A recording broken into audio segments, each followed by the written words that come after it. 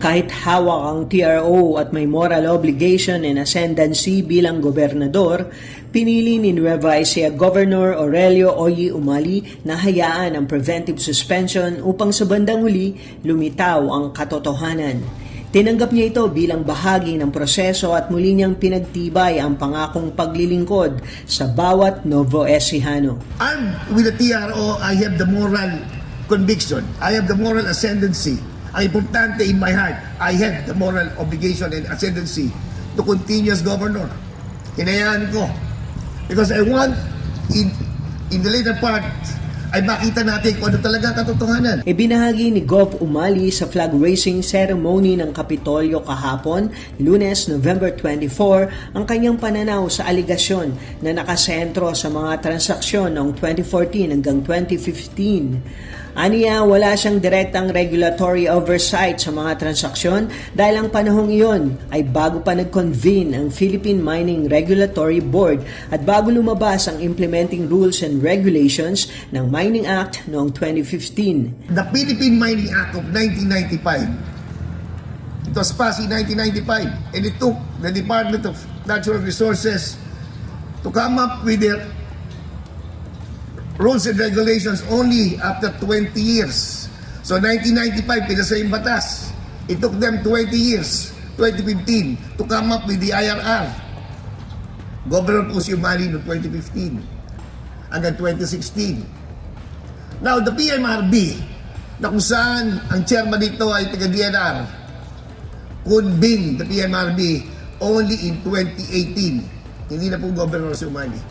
I'm being accused 2014-2015 transactions when in fact there is no existing PMRB to begin with.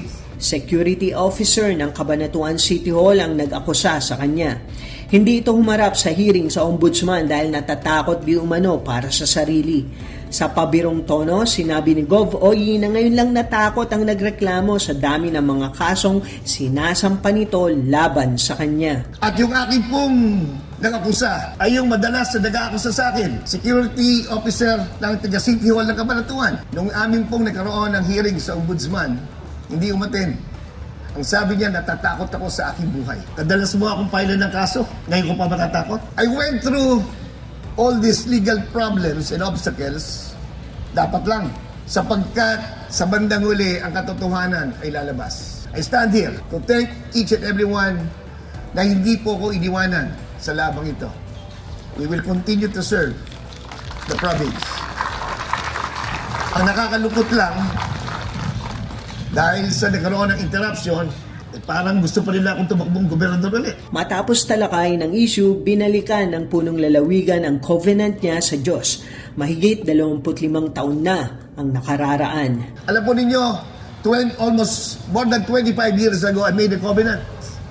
Before I ran as congressman of 3rd District of Nueva Ecija, I made a covenant with our Lord God, Jesus Christ. Ang sinabi ko noon, if you will allow me to serve the 3rd District of Nueva Ecija, darating ang panahon, ipagmamalaki kita at sasabihin ko, apart from you, I am nothing. Pagmamalaki kita sapagkat kung hindi sa iyo, hindi ko kayang maglingkod sa lalawigan ito, sa distrito na aking simulan.